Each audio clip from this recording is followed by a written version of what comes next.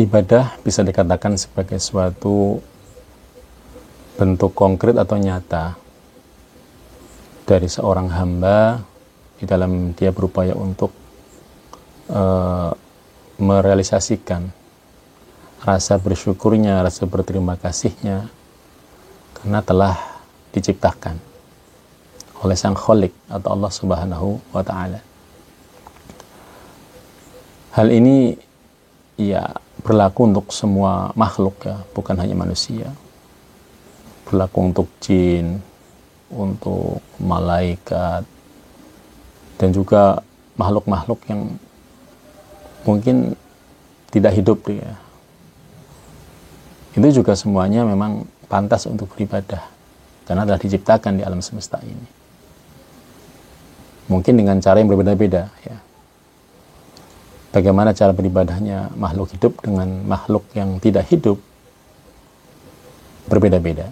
Tapi semuanya pantas untuk menunjukkan eksistensinya, keberadaannya sebagai seorang atau sebagai sosok hamba yang mana dia pantas untuk berterima kasih atau bersyukur kepada Sang Khalik, Sang Pencipta, itu dengan bentuk ibadah. Dikatakan bahwa wa ma khalaqatul jinna wal insa illa liya'budun, ya. Dalam Quran surah Az-Zariyat 56, ya. Di situ dinyatakan bahwa keberadaan kita, ya, jin, manusia, ya, dan, khususnya ya ini di sini itu memang tidak lain adalah untuk beribadah, ya, untuk beribadah. Nah, di sini perlu kita garis bawahi bahwa kalau berbicara masalah penciptaan, ya, tentunya tidak lepas dari dua hal, ya, dua posisi, ya. Yang pertama kita pahami ada makhluk hidup, yang kedua ada makhluk tidak hidup, ya. Nah, ketika merujuk pada ayat tersebut, tentunya di sini bisa diartikan bahwa dalam hal beribadah yang diharapkan adalah keaktifan. Nah, ketika aktif berarti yang berpotensi adalah mereka makhluk yang hidup, ya, untuk mewakili dalam momen peribadatan, ya. Di sini kita lebih persempit lagi, ya, untuk mewakili adalah manusia, ya. Manusia sebagai sosok hamba yang ya pantas ketika dia beribadah. Ya, Allah mengarahkan kita untuk beribadah adalah tentunya untuk kebaikan kita, ya, untuk kebahagiaan kita, untuk keamanan dan kesejahteraan kita. Tidak sebaliknya, ya. Tidak mungkin kita diarahkan untuk beribadah tapi untuk kesengsaraan kita, ya, untuk kehancuran kita, ya, itu tidak mungkin, ya. Nah, tentunya yang pertama adalah bahwa kita diciptakan adalah untuk beribadah. Yang kedua, kalau bisa dikatakan bahwa ternyata ada korelasi antara ibadah dengan bahagia, ya. Bisa jadi kita katakan bahwa Allah menciptakan kita tidak lain adalah untuk bahagia, ya. Karena tadi disinggung bahwa tidak mungkin beribadah itu adalah untuk kehancuran, untuk kesengsaraan, tapi ibadah adalah untuk kebaikan, untuk kebahagiaan. Nah, maka kita bisa katakan bahwa Allah menciptakan kita, makhluk ini adalah untuk berbahagia, tidak lain adalah untuk bahagia. Nah, berbicara masalah kebahagiaan, ya, ini kan bentuknya itu banyak, ya. Tapi secara simpelnya kita bisa lihat bahwa kebahagiaan itu diwakili oleh adanya suatu senyuman, ya. Ketika tersenyum berarti bahagia, ya. Secara gampangnya kan seperti itu. Nah, pertanyaannya ketika kita tadi pertama kan diciptakan adalah tidak lain untuk beribadah, ya. Kemudian bisa juga dikatakan bahwa tidak lain kita diciptakan adalah untuk bahagia. Nah, yang ketiga bisa juga dikatakan bahwa ternyata kita diciptakan adalah untuk tersenyum. Nah, pertanyaannya senyum yang bagaimana yang bisa dikatakan itu mewakili dari ibadah itu sendiri, mewakili dari kebahagiaan itu sendiri. Lah, ini mari kita bahas ya, bahwa ketika senyum ya sebagai lambang kebahagiaan ya, tentunya kita menjadi lebih ya semangat ya, karena senyum merupakan simbol kebahagiaan yang ada pada kita manusia tentunya ya. Ketika ditanya bahwa senyum bagaimana yang bisa mewakili terhadap simbol kebahagiaan, simbol ibadah. Nah, secara umum senyum itu kan nampak dari bibir ya. Kita bisa katakan bahwa pertama adalah adanya senyum bibir.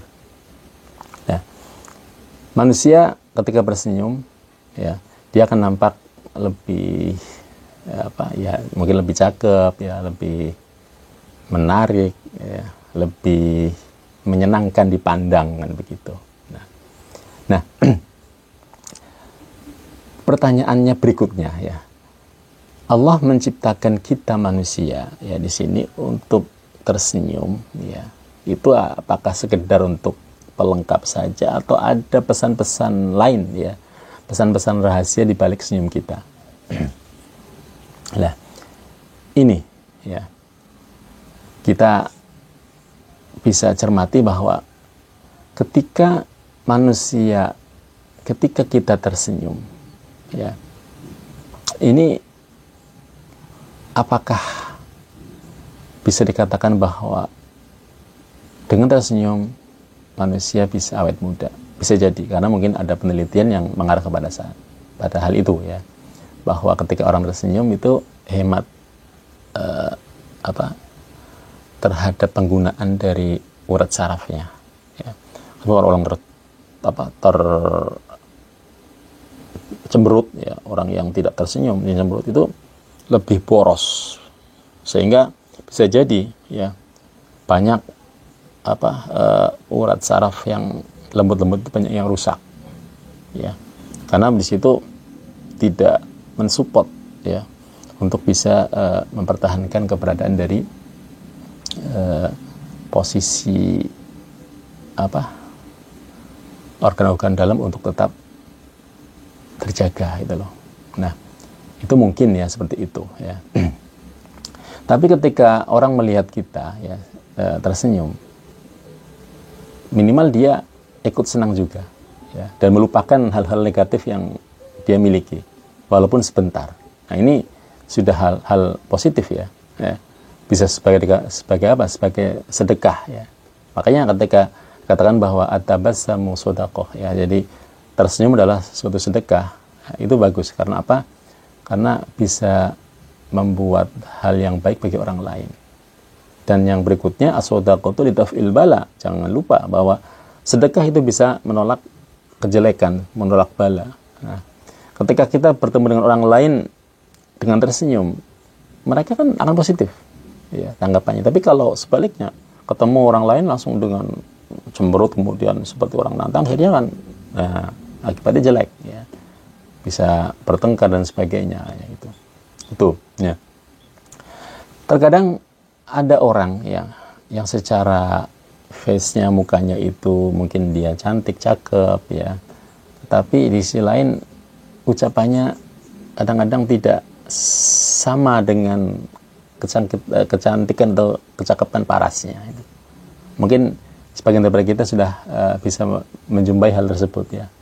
Nah, di sini mungkin bisa menjawab bahwa ternyata harapan dari Allah memberikan indahnya senyum kita itu, ternyata dia harapkan bahwa yang nampak ini itu harusnya selaras dengan yang di dalam, yaitu apa? Lisan kita, lidah kita. Nah, harapannya adalah indahnya senyum kita itu juga sama dengan indahnya ucapan kita. Ya. Nah, ini pelajaran yang perlu kita petik dari ini penciptaan senyum di bibir kita. Ya. Nah, biar selaras, biar match antara luar sama dalam. Karena ternyata tadi itu nyatanya ada yang tidak seperti itu, ya. Itu. Maka yang pertama, ya, senyum bibir, ya, ini merupakan senyum yang di dalamnya mengandung tujuan agar senyum juga lisan kita, ucapan kita, ya, agar bisa sama antara senyum bibir dengan senyum ucapan. Oke. Yang kedua ada senyum hati, ya. Mungkin di lingkungan kita ada teman saudara atau saudara kita, mungkin secara face-nya, secara mukanya itu ya standar lah, ya. Mungkin nggak terlalu cantik, nggak terlalu ganteng, nggak terlalu cakep, biasa saja. Tapi kenyataannya banyak di antara kita itu justru malahan merasa nyaman berada di samping dia. Ini kenapa? Padahal ada teman yang lain mungkin yang lebih ganteng, lebih cantik, lebih cakep, tapi nggak ada temannya. Ya. Teman-teman lain merasa enjoy, merasa nyaman ketika bergaul dekatan dengan yang tadi itu. Itu kira-kira kenapa ya? Kok bisa seperti itu? Nah, bisa jadi ini yang namanya